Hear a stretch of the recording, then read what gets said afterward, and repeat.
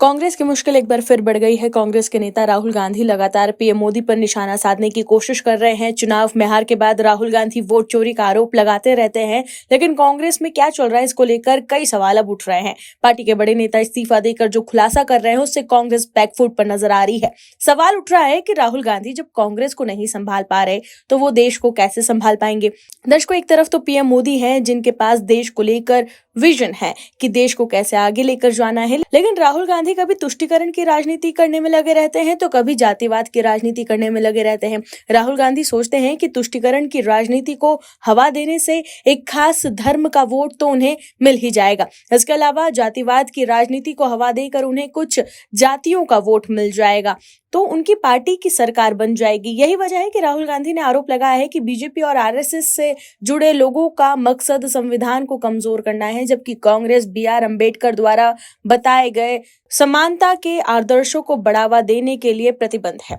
राहुल गांधी ने कहा कि आज आरएसएस बीजेपी से जुड़े लोग भारत के संविधान को खत्म करना चाहते हैं क्योंकि वो नहीं चाहते कि देश में सभी को बराबर माना जाए। भले ही बीजेपी के लोग बाबा साहेब की मूर्ति के सामने हाथ जोड़ते हुए दिखे, लेकिन दिल से उनका मकसद और सोच संविधान को मिटाना ही है। लेकिन कांग्रेस के नेता ही राहुल गांधी की बातों में नहीं आ रहे, तभी तो पार्टी के बड़े नेता इस्तीफा देकर कांग्रेस को एक्सपोज करने में लगे हुए हैं। क्या है खबर, बताते हैं आपको इस रिपोर्ट में। दर्शकों, एक तरफ तो कांग्रेस में लगातार इस्तीफा बम फूट रहा है, वहीं दूसरी तरफ महाराष्ट्र के सीएम देवेंद्र फडणवीस ने यह दावा किया है कि कांग्रेस में उनको हटाने का माहौल बन रहा है। ये बयान ऐसे समय में आया है जब राहुल गांधी ने आरएसएस बीजेपी पर संविधान खत्म करने का आरोप लगाया था। दोनों नेताओं के बीच आरोप प्रत्यारोप से सियासत गर्मा गई है। नागपुर में आयोजित एक कार्यक्रम के दौरान फडणवीस ने कहा कि राहुल गांधी इस समय अपनी राजनीतिक प्रासंगिकता बनाए रखने की लड़ाई लड़ रहे हैं। उन्होंने ये भी आरोप लगाया कि लगातार चुनावी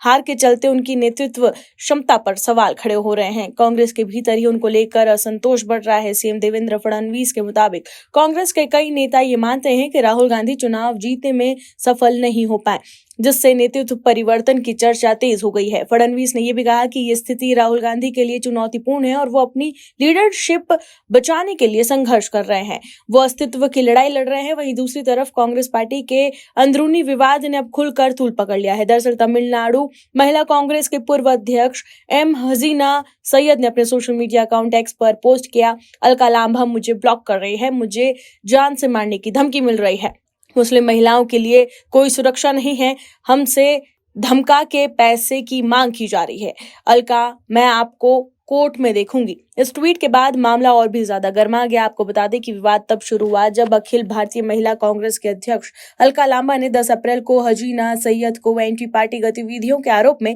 पार्टी से निष्कासित कर दिया। लेकिन हसीना सैयद का ये कहना है कि वो पहले से ही उसी दिन दोपहर 1 बजे प्रेस कॉन्फ्रेंस करके इस्तीफा दे चुकी थी, इसलिए उन्हें निकालने का फैसला गलत और अपमानजनक है। उसके बाद सैयद ने एक्स पर और ईमेल के जरिए लांबा पर गंभीर आरोप लगाए। उन्होंने कहा कि लांबा सदस्यता के नाम पर पैसे वसूलती है, फंड का दुरुपयोग करती है और महिला कांग्रेस में पदाधिकारियों का उत्पीड़न किया जाता है।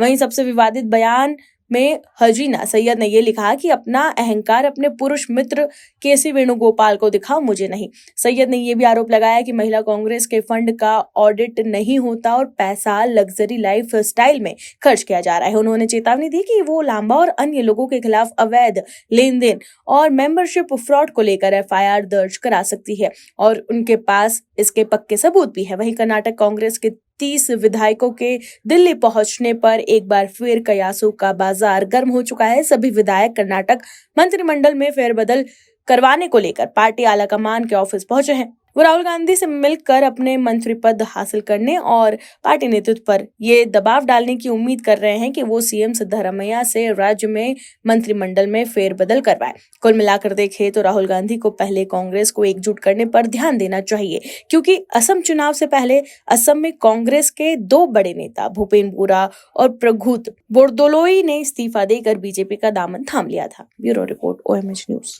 आप दर्शकों से विनम्र निवेदन है कि चैनल को सब्सक्राइब जरूर करें